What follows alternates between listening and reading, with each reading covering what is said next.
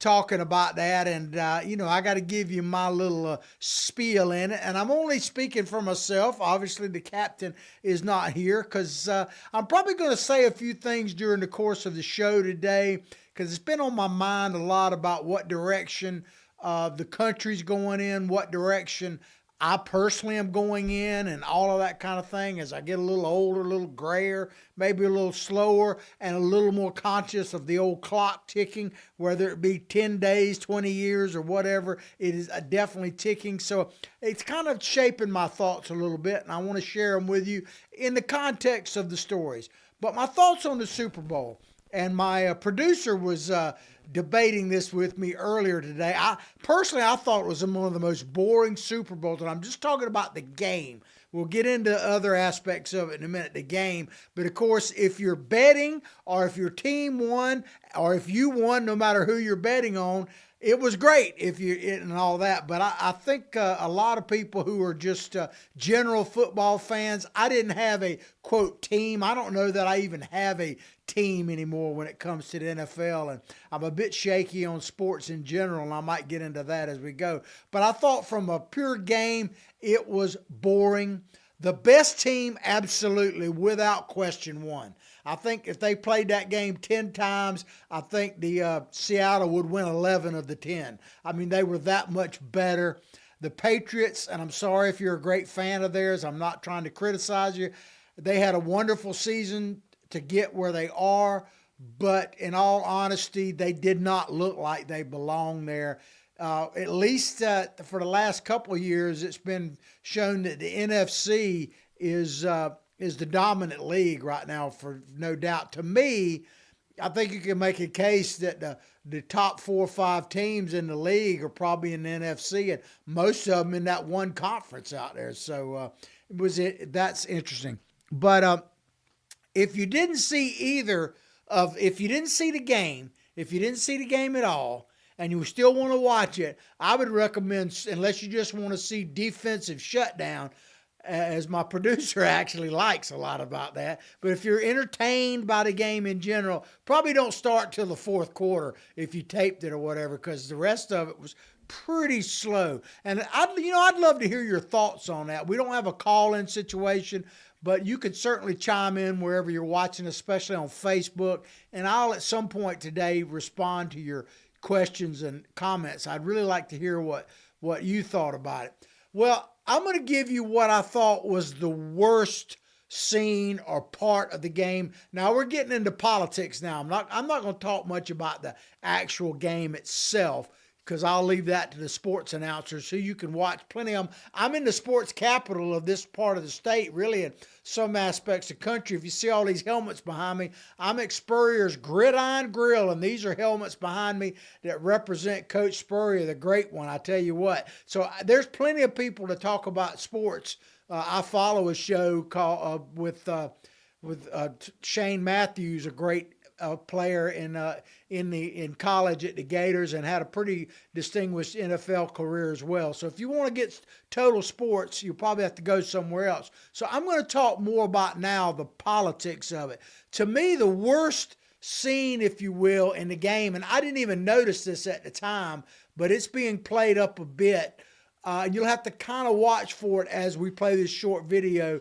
There's Stephon Diggs, who is a great player. No question about it. He is a wide receiver for the Patriots. But let's play this video because he turns his back, and he's done this before. He turns his back to the video's playing now. I'll keep talking. He turns his back to the flag, to the national anthem, and there you can see him. He's just facing the crowd opposite everybody else. And he did this before the Broncos game, the championship game, before they got into the Super Bowl, and apparently he's done this before. But that's probably enough. We can keep moving now.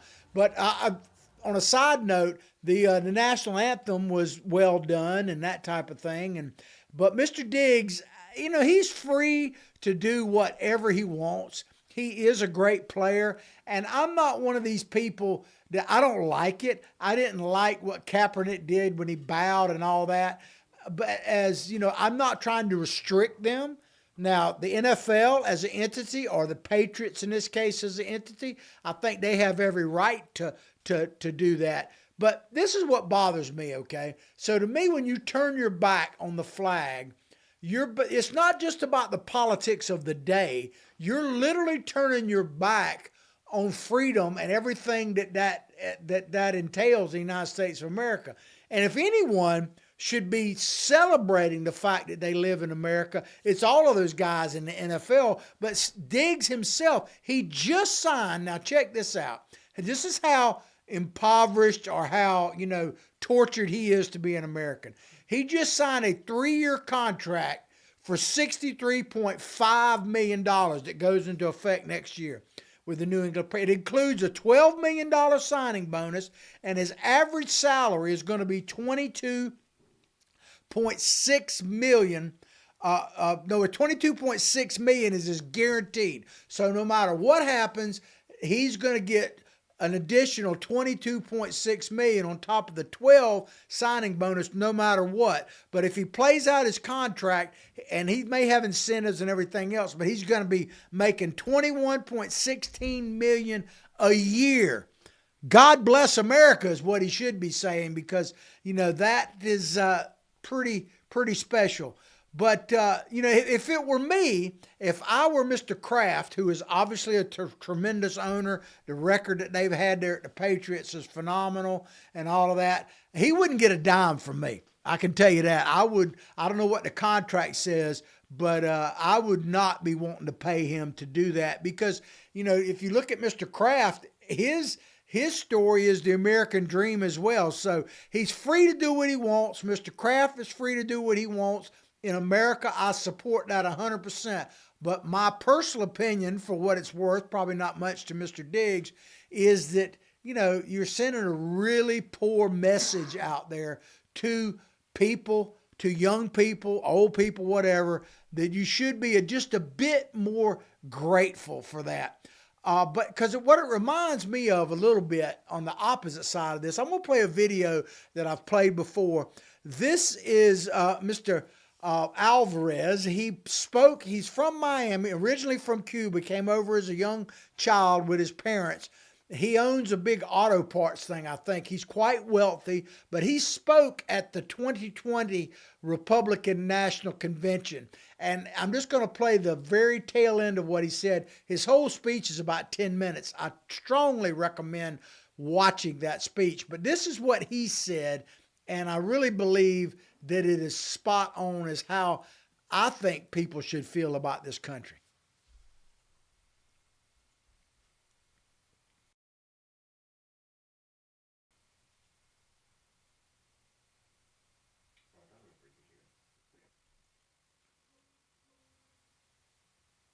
Choose President Trump.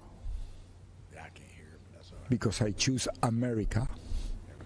I choose freedom. I already know what he's saying. It's cool. I still hear my dad.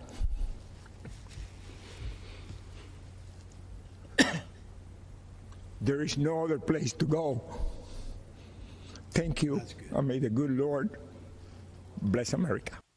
I mean, when you start talking about immigrants and all of that kind of stuff, and to a certain extent, in one form or fashion, we all came from immigrants. I agree with that statement in general. I'll expand upon that in a second. But Mr. Alvarez says it better than anyone. There's no place left to go. America is the place where people come to reach the dreams like Mr. Diggs has done. I don't begrudge him his success. I admire his success. His dedication is certainly amazing.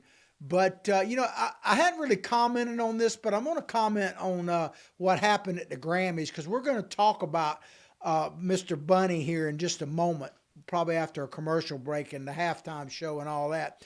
But, at the Grammys, they said a lot of things anti-American, certainly about ICE and all that.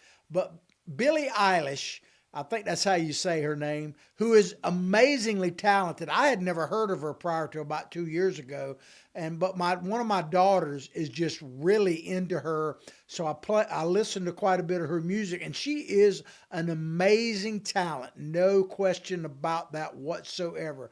But when she made the statement at the Grammys, and we've heard this from various people over the years, that, oh, we're, no, she said nobody is illegal on stolen land. And, that just really irks me, okay? Now, I get what they're saying in a sense that they're talking about Native Americans. I have a lot of Native Americans that listen to me, and a couple of them that really chime in. So I have nothing but respect for Native American culture and everything else. But every land is stolen, okay? If you want to look at it that way, that is the nature, unfortunately, that is the nature of humanity. Do I wish it were different? Absolutely. Was the land taken from the native people, indigenous people here? Absolutely. But every bit, even within the framework of the Americas before the white man came here, not absolving them of anything, the Indians themselves took land and held land and all of that from each other. And especially when you start going down into South and Central America and Mexico in North America, where the Aztecs, the Incas, and the Mayans, I mean, they literally put other Indian tribes to death. So I get what the general is saying about that. And I wouldn't, by the way, we're going to talk about halftime in a minute. I would have no issue with an all Native American halftime show at some point. I enjoy the culture. I respect the culture, all of that kind of thing.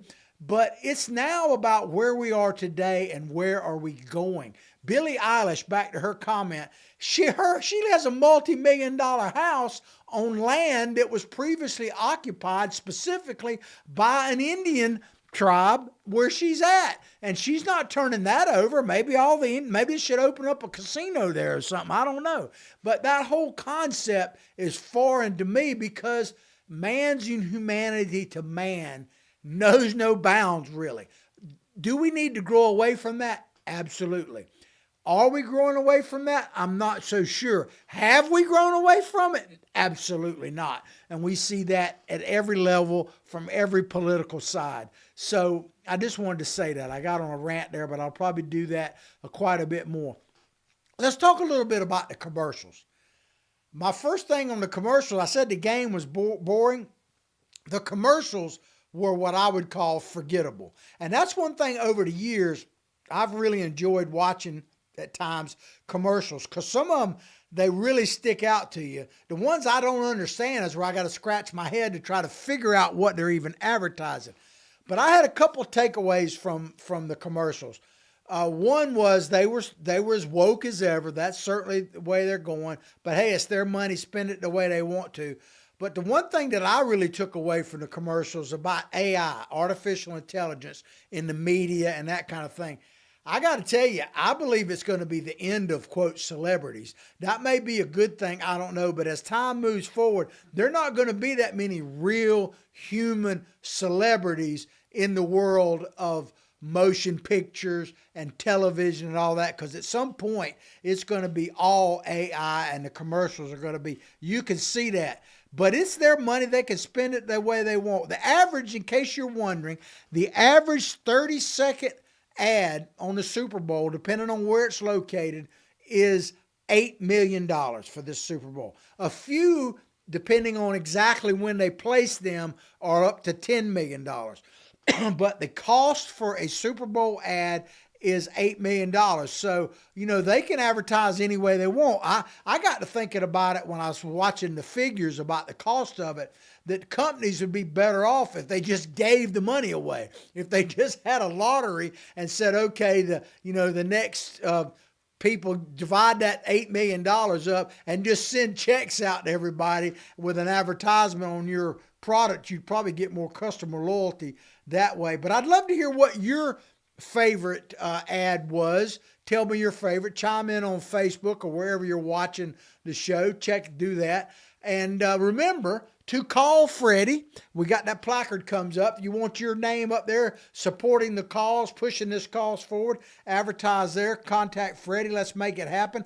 As we're getting ready to go to break, a regular commercial break. But before we do, I'm going to play you my favorite Super Bowl ad. It's about a minute long, and I'm not advertising for Budweiser, but I will if they pay me enough. But I'm going to give them a gratis ad right now. But I'll say, well, we'll play it, and we'll come back and talk about it.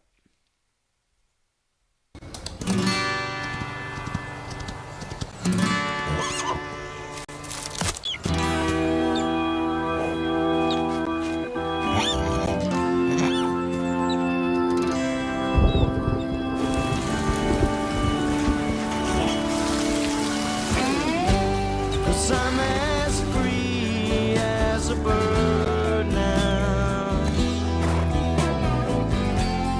and this bird will never change. Oh, and the bird you cannot change. Lord, I can't change. Won't you fly? Crying? Sun's in my eyes. I might have a tear in my eye there, like the guy said, something in my eye. There's a couple reasons why I really love that ad. One, it was well produced, no question about that. But of course, I'm an old Southern boy, so when I hear, Leonard Skinner, Freebird, it's going to get my attention no matter what. But I'm an Americana guy. I just am. And I love bald eagles. There's some around my house. I see them all the time. And I'm not a big horse guy, but I have a lot of friends that are. I respect all of that. But it just sells Americana. Now, am I going to rush out and grab a beer? Not likely, since I hadn't had one since, I think, 1988. That's the last time I drank. I'm not a preacher. I'm not a law enforcement. I just know what's right for me. But I love the ad because it sells a message. Does it make me want to buy beer if I was drinking? It might. It's certainly better than a dude in a dress in a hot tub trying to tell me about Bud Light or something like that, But to each his own. But I thought that was my favorite one anyway. As I say, I'd love to hear your comments, chime in on the Facebook pages we have, and I will certainly respond to them. But we're going to take a quick commercial break. Remember the tagline up there, call Freddie if you'd like to be a sponsor of our show and push the calls forward. We need that. We're going to hear from Franz Baird, who is sponsoring the show, as well as many others here at Spurrier's Gridiron Grill. We appreciate that. He wrote a book about the championship run of the Florida Gators men's basketball team last year, and he is the great authority on all of those types of things. Check it out. On April 7th, 2025, Gator Nation reached the mountaintop as Florida won the national championship in basketball. Now, relive every thrilling moment with Franz Beard's new book, The Golden Season, the unforgettable story behind Florida's historic 2025 title run. Feel the passion, the drama, and the glory all over again. Available now at Spurriers.com. Click the shop tab. That's Spurriers.com. Welcome back to the 3 Ps, the Political Pirate Podcast, featuring yours truly, the old salty dog, John Martin. Of course, if you're looking for the captain of our pirate ship, you won't see him today. He's out on assignment. We missed the captain, Ted Yoho, but he's going to be on assignment for the next couple of weeks. I think he's going to be able to chime in on our Friday show remotely and all that, but he is traveling at the moment, and I'll let him tell you all about what he's doing when he returns, either remotely or in person. Well, we've been talking about the Super Bowl and all of that. Now let's talk about the halftime show. Bad Bunny. Now, I got to tell you, I'm just admitting what I admit to here. I'd never heard of Bad Bunny prior to them announcing, I guess back in October, that he was going to be the halftime show. And then, of course, all the controversy it generated, all that, the pros, cons, whatever. So that's the first time I ever heard it. And here's the thing I tell people before I get into the meat and potatoes of it.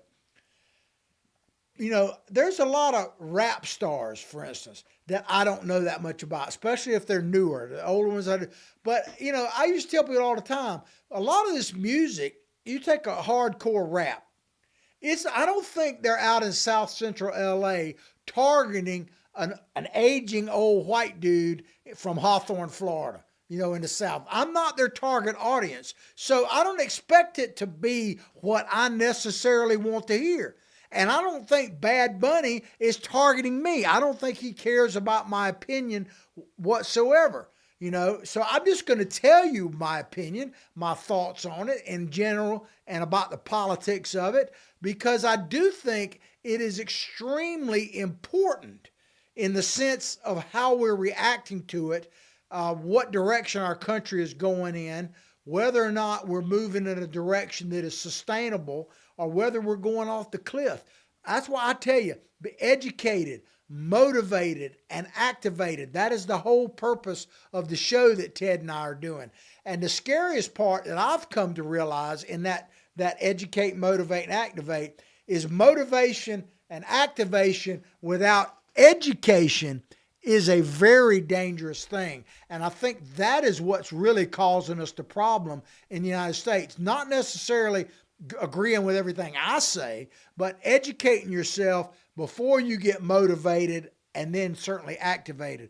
But there's no question that Mr. Bunny has a tremendous career. I looked into some of his numbers, and I don't follow the whole Spotify, all that music streaming stuff. People don't buy albums and all of that kind of stuff. They stream music. I stream it myself now through some apps and all that, but it's music that used to be albums for the most part, that type of thing. I never heard of him, but his career is tremendous. There is no question the man has a huge following, a worldwide following. Is his influence mostly on the young? Well, of course it is. But hadn't music, contemporary type music, whether it be from doesn't it always be about influencing the young? There's not that much audience out there targeting old dudes like us. Now nowadays, because of streaming and all of that kind of thing, satellite radio, which I listen to a lot, there is target audience for people like me. But in the old days, the radio stations always catered towards the young, certainly 18 and younger to 35, because even today, that's where the compulsive spending and that type of thing comes from. So it's always been that way, and it probably always will be.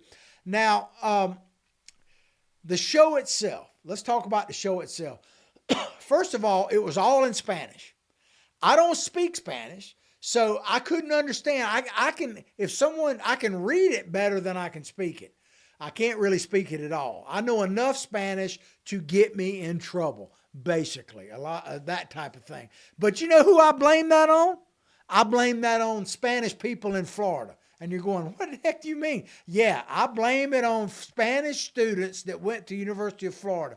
I took Spanish in high school, but it was a career. It was like a 4 months, 6 months, whatever they were experimenting at the time. It wasn't like for years. That's not the way they offered it. But I decided when I went to UF a few moons ago that they required you to do a language. So I said, you know what?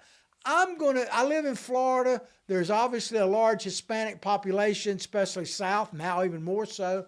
I should probably learn Spanish. It'd be a very useful language. And so I started taking it.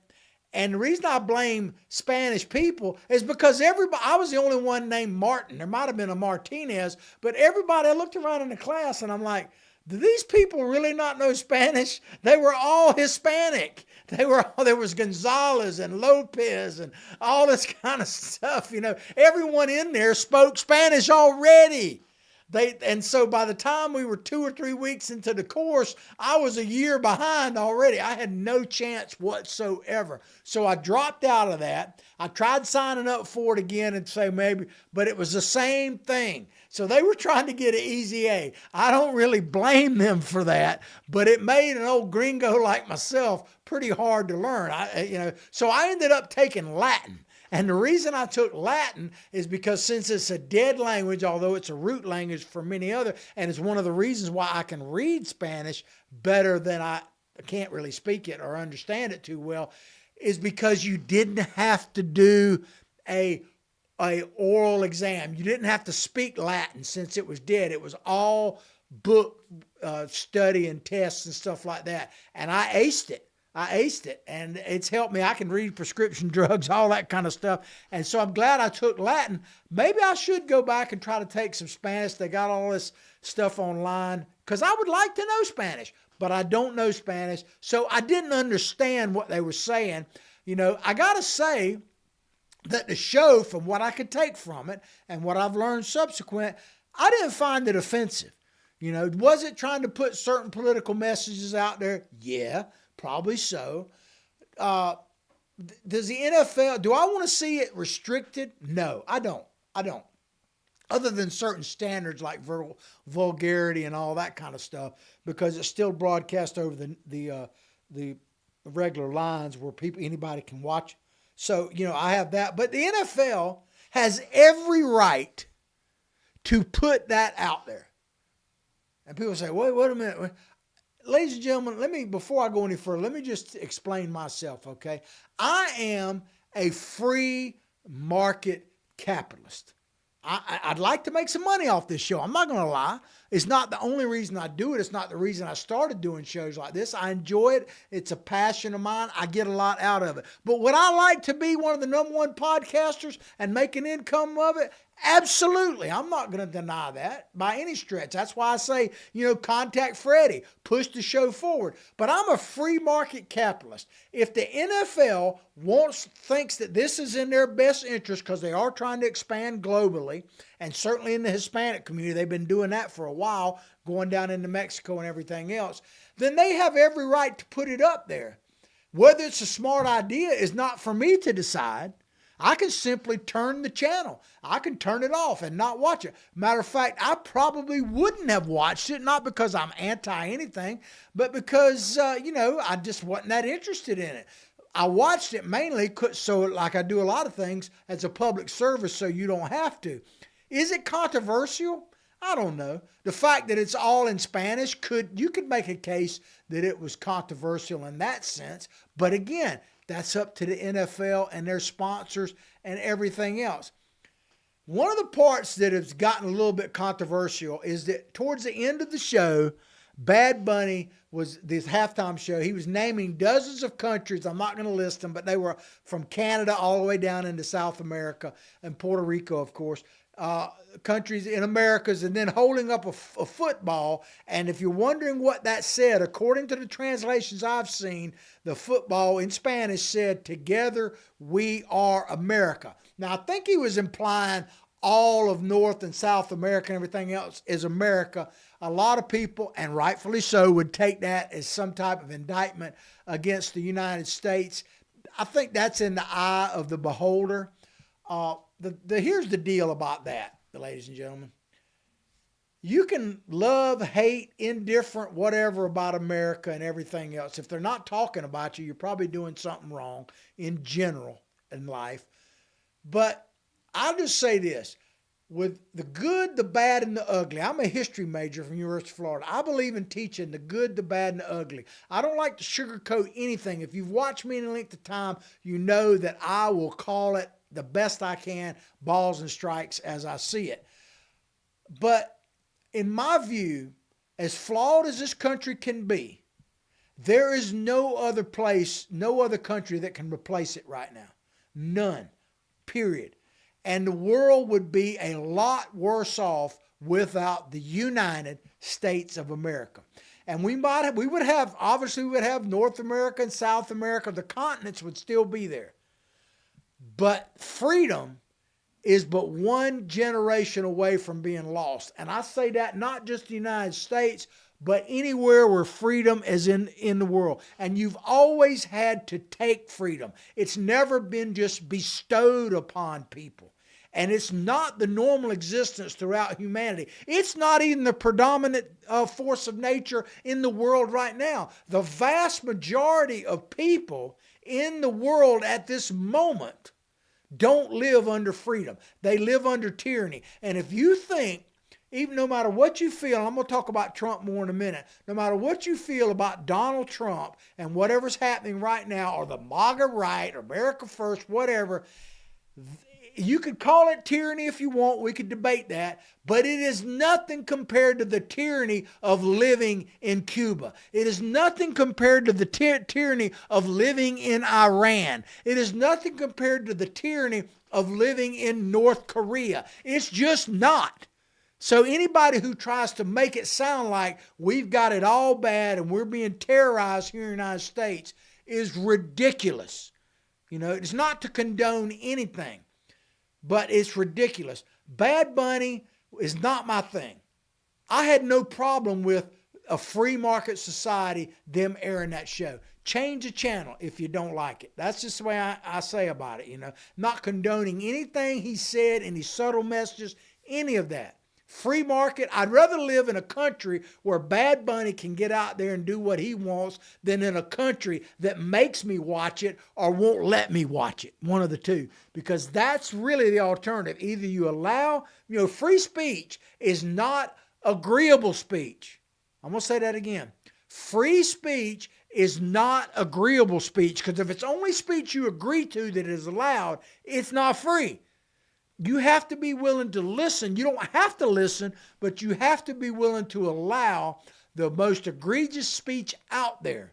As long as they don't cry fire in the building, you know, you have to allow that, or it's not free speech. It's not free speech. But let me get on something about President Trump, okay? Because people say, oh, you don't criticize President Trump. It's not because I don't find things critical about President Trump. I don't regret voting for him. I'm going to tell it like it is. I voted for him. And I voted for him. I supported him when he first came down the escalator because I've always kind of liked the guy. You know, I've always thought he was a pretty straight shooter and a relatable person. Do I agree with everything he's done? No, I don't. But that's okay too. It's okay not to agree with that. It used to be anyway. But President Trump, and the reason I don't criticize him too much is mainly because there's enough of that going around. I mean, everybody just lines up with Trump derangement syndrome and all. I didn't detect that from Mr. Bunny, by the way.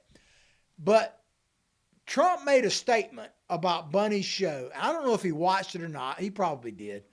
But he said it made no sense. Well, if you don't speak Spanish, it's definitely not going to make sense. I thought his comment, and this is probably my single biggest criticism of President Trump. Sometimes he says things that really aren't necessary. That aren't, you know, I don't know that the base, his MAGA base, needs to be. I'm more influenced by the action rather than the words myself. But I mean, to me, I didn't think he needed to make comment on the Super Bowl. That's just me. I'm sure that, and I'm not saying I'm right. Guess what? It's just my opinion. You know, it didn't need to be. I might not need to be saying anything about it myself, but I'm not President Trump. You know, that kind of thing. I did watch the TPUSA, Turning Point USA show. As a matter of fact, I watched it live, and I recorded the Super Bowl and came back and watched the Bad Bunny show after the fight. But I watched it live, and it was good. I enjoyed it very much. You know, certainly as an old, like I say, I love Freebird, Leonard Skinner, you know, that commercial, all that stuff. So naturally, what they were doing in that show is probably, I'm much more of a target audience than I probably would be for Bad Bunny. But guess what? That's okay too. It's okay to be different, man. But the Turning Point USA show was really good. The first numbers that came out are good, but the ones I've seen lately are even better. Apparently, 5 million people tuned in live to the Turning Point USA YouTube feed. Just that one, because it was across multiple places on YouTube, multiple social media platforms. I don't know about regular TV, but just the Turning Point USA channel drew 5 million live viewers. Now, after that, I've seen figures that across all platforms, I don't know that all of this was live, but as of me coming into the studio this morning, there was 25 million people that had tuned in it in some form or fashion. Whether it was live or how long they listened, I don't know. But that is impressive when you consider that there are probably certain channels and things that purposely did not talk about it and show about it. But here's the thing. let's talk about Charlie Kirk's message in general, because they did a great tribute to him at the end of that halftime show. Charlie Kirk's message, and this is Charlie Kirk and I weren't friends. I knew Charlie Kirk. I've talked about on the show. I interviewed Charlie Kirk in a previous show that I did when he was first starting his career. We actually got caught up in a situation where we were surrounded by hecklers at the University of Florida coming to there from different places, not planning to meet together, but literally our backs up against the wall and them yelling mostly at Charlie Kirk, but I was right there. So I know a little bit about the guy, not anywhere near as much as people who, worked with him and all of that. I got a lot of respect for him. Tragic what happened. Charlie's basic message, as I understand it, as I interpret it, as this old 65-plus-year-old Southern white boy interprets it, is to have dialogue. He was very much just like me, and I said it before he ever probably said it, but educate, motivate, and activate people. That really is what Charlie Kirk was trying to do. Politics was only one aspect of that. He obviously was involved in trying to bring people to Jesus Christ. Is that such a bad thing? I don't think so. To me, I keep it real simple. I don't proclaim. I grew up in the Christian church. I was a Methodist. They're real quiet there, and you have to kind of try to get a definition for what they're singing about, that kind of thing. There's not a lot of shouting and that type of stuff. But I keep it simple. An old-timer friend of mine, kind of a mentor of mine, many years ago, he's dead and gone now. His name was Chuck. I'll leave his last name off. But he told me, John, there's only two things you need to know about God. There is one, and it ain't you. He said, if you just start at that level, the rest is a journey. I get emotional thinking about it because I think about my friend. I'm still on that journey. But Charlie Kirk's message, at least my interpretation, is the same as mine in that sense. Educate yourself, motivate yourself, and get activated. Do something. Don't just sit back and scroll and that. Do something. It's one of the reasons why I'm doing the show. I feel like I've got something to give. I feel like the message that that I got from my ancestors and all is on the verge of being lost because everybody, and we're going to talk more about this in a minute, but everybody's staring at their dadgum phones all the time. But, that's how I look at it. Here's the bottom line, ladies and gentlemen. And I use a slogan from a previous show I used to do. I used to say on my show, John Martin Talks, which you might be seeing on my Facebook page right now because I broadcast the 3 Ps, Political Pirate Podcast, across that as well. But I used to say I'm battling ignorance and apathy daily. The growing ignorance of just how special this experiment we call the United States of America is, and the apathy that we can't or won't do anything and everything to save her. Because this is an experiment, ladies and gentlemen. The time that the United States has been here throughout human history, let alone modern history, is a flicker. It's just a flicker, and it could just be blown out. Could America be better? Absolutely. Could we all be better? I hope so. Could it be better? Are we the best? Are we the best? See, here's the thing that I keep coming back to all the time, because there's just some illusion out there. Because most people are apathetic still. Half the country don't even tune in to nothing, don't register to vote, let alone vote. So that's a problem in and of itself. You want, like Thomas Jefferson said, to be both ignorant and free. You want what never was and never will be. And that's just it. Could we be better? Absolutely. But ladies and gentlemen, we are never going to elect people better than we are. Donald Trump, as much as you may love him, hate him, or whatever, he's going to be gone one day. Father Time gets rid of us. All of us are replaced, either by hook or crook or Father Time. We're all replaced. Donald Trump, as much as I appreciate what he's doing, he's not the answer. He can only slow down the slide, maybe reverse it some. He's not going to be around long enough to change it all. And I don't mean that in a negative way, because the last I checked, he's just a human being, good, bad, or whatever. The problem for our country, ladies and gentlemen, is not that we've had a bunch of bad leaders. We've had a mixed bag of leaders, Good ones, bad ones, everything in between. You know why? Because we're a mixed bag. The problem with our country is not a lack of good leaders. It's a lack of us as individuals being personally responsible and being leaders ourselves. It's all on us. It's always been on us. Yes, one man can change the world. They always have been. But it takes people manning the ramparts to win the war. It takes people manning, in this case, the political ramparts to win the war. So if you're under some illusion, and I call it that we're going to elect people to Congress, to the presidency, to your local housing association, homeowners association, let alone school board, that are better than you, it ain't happening. If it does, it's a fluke. Because we are personally, the more freedom you have, liberty. See, freedom, true freedom can mean I swing my arm anyway and I don't care who I hit. My dad always used to say, you want to know your rights, you got a right to swing your arm anyway until it hits me. Then you don't have that right. The United States is unique in that we talk about liberty, or at least we used to. Liberty is all about personal, not Donald Trump, not Bad Bunny, not Barack Obama, none of those people. It's about you and me having personal responsibility.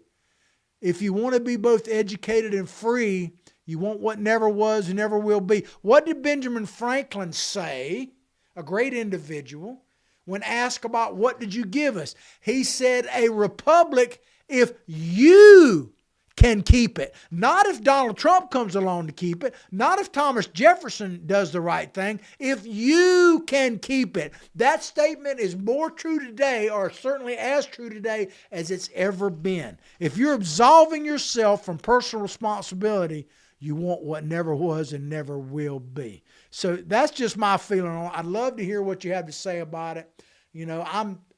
Yes. Do I support Donald Trump? Yeah. Is he perfect? No. Does he say things and do things I wish he wouldn't that are over the top? Yes, absolutely. Did I think he should have left the halftime show alone? Yes. Let the American people decide. Let the free market capitalism decide that. I trust in that more than I trust in any particular human being. All right, well, let's move on to a few minutes we got left here. This ties in. This next story is from the New York Post. Gen Z, the first generation officially dumber than the last. We're dumb and dumber. I don't know if this is absolutely true. I don't totally agree with it, but it does remind me of a movie that my producer said is his favorite, one of his favorites as well, Idiocracy. If you have not seen that movie, it's unbelievably funny. It's corny. It's kind of a classic kind of cornball movie, but it's frighteningly predictive of what we're going through now. That's a picture of it there. I won't spoil it too much for you, but I'll just tell you this. There's the guy that's the principal character in it. In his lifetime, because he's one of the dumber people around, but he gets catapulted into the future, so to speak, or he goes in hibernate. You'll see it. I don't want to totally spoil it. Where he was one of the dumber people, now he might be the smartest man on the planet in the future. So it really is true. But we are, one thing about it, man, we are getting dumber all the time. And it's just, and there are some geniuses out there, but we're getting dumber all the time.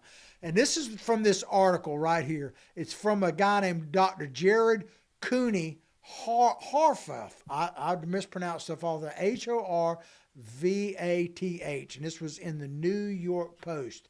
He's 43 years old. But this is what he says here. He said in his article, the generation born between 1997 and 2010 is the very first generation who did worse in school than the generation before them, according to top neuroscientist, which is this Mr. Jared Horvath. This is what he personally said. He said, they're the first generation in modern history to score lower on standardized academic tests than the one before it. And he goes on to say, and to make matters worse, most of these young people are, and man, I got to stop right here. This next statement is 100% true. It is unbelievably true. He says, and to make matters worse, most of these young people are overconfident about how smart they are. I think that goes with young people in general. More on that in a second. He said the smarter people think they are, the dumber they actually are. And boy, has that always been true. But with social media and all, I think it's magnified. Because, it's funny how when you're a kid, you're hanging on your parents' every word. I got a little 5-year-old granddaughter that I'm her hero. But I'm sure when she gets, into double digits, certainly early teens, I will start, if I'm blessed enough to be alive, I will start being dumber and dumber and dumber. Maybe I will, but that's what teenagers do. They think their parents, in this case myself, grandparent, her mom lives with us too, are the dumbest people in the world. And then you start getting about 24, 25, maybe have kids of your own, starting to think a little bit more about your future. And lo and behold, we get smarter and smarter. The smartest people I have ever known are people, most of them that are dead and gone now, because I hear their voice in my head and I feel it in my heart at the time that I may not have, So that's just natural. But I think that social media, and this doctor, he gets into that more in a minute, is definitely a factor in this. But, the people, he talks about these people that are arrogant. A couple of things I've said in the past that, people who think they know everything are really aggravating to those of us who do. Think about that for a minute. But what we have in this country right now is a lot of what I call Southern thing, educated idiots. They got all kind of alphabets behind their name, but they don't know squat about the real world. They don't seem to know their history. They don't take personal responsibility. But this professor goes, or this neuroscience scientist goes on to say, they, talking about Gen Z, underperformed on basically every cognitive measure, from basic attention, memory, literacy, numeracy, executive function, and general IQ. Well, I tell you, and he kind of alludes to this, but I'm going to play you a quick video here that really demonstrates the problem that we have as a nation, and maybe in the third world if they can afford one of these. But check out this video right here. It pretty much explains where we're going.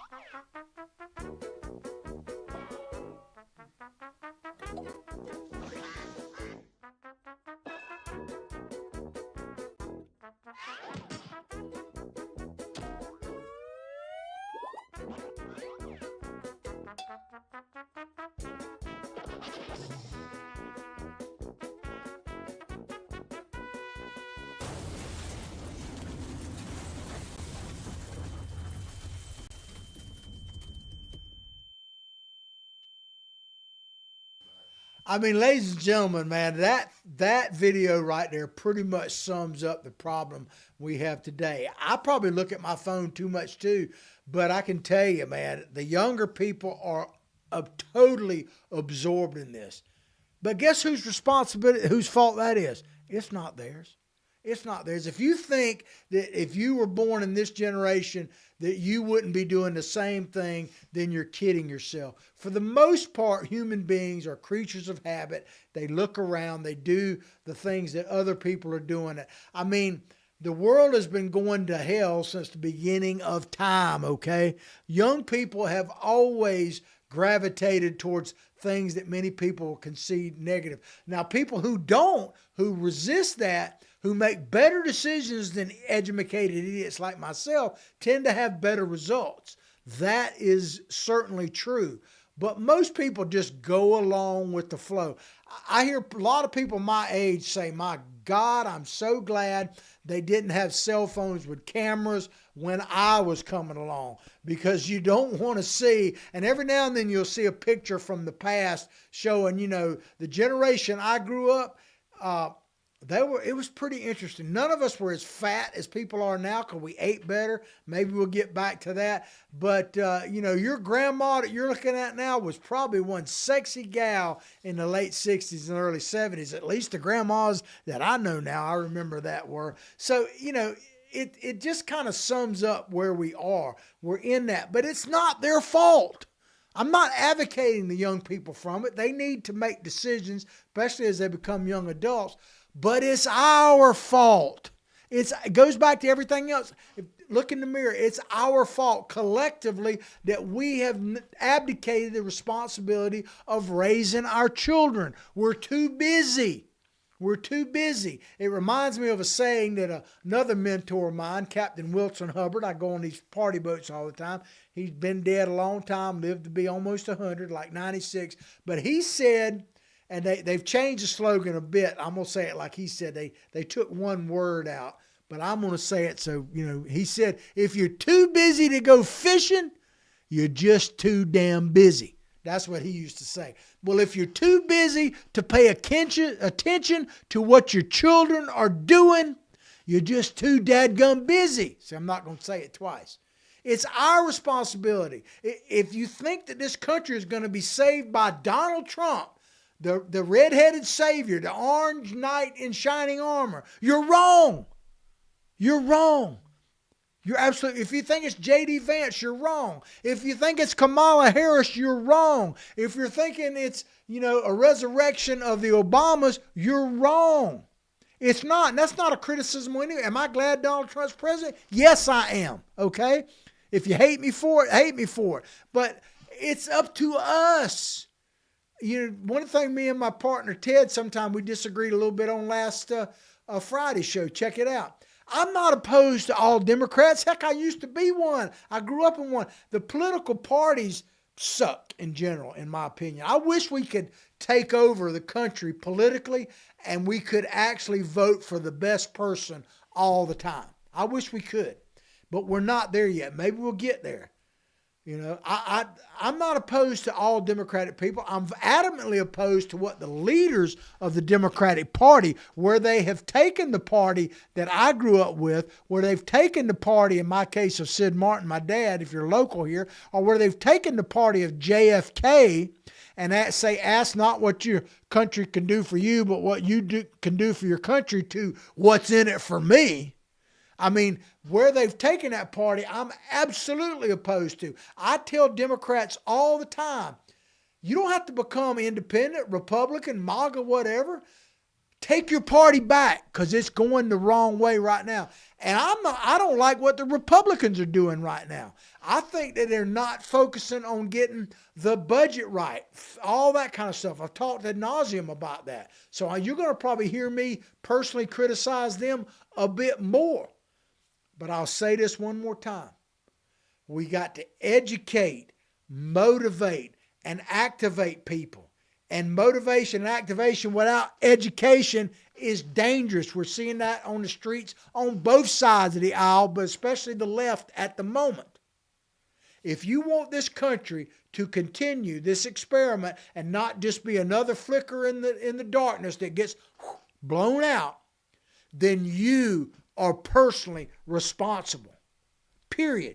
You're never going to elect people, whether it be Donald Trump or everybody in between to the left. You're never going to elect people better than we are, the collectiveness of the United States of America. Well, I hope you've enjoyed the show as much as I've enjoyed bringing it to you. Please like what we're doing, share what we're doing. Look at that placard that's appearing up there right now. Contact Freddie. Help us push this cause forward. Keep it going. I'm sure you could sell a lot of products through here, but the main thing is keep the message. Help us to educate, motivate, and activate people to protect this country. Help us to man the political ramparts. Everybody have a great week. Talk to you Friday.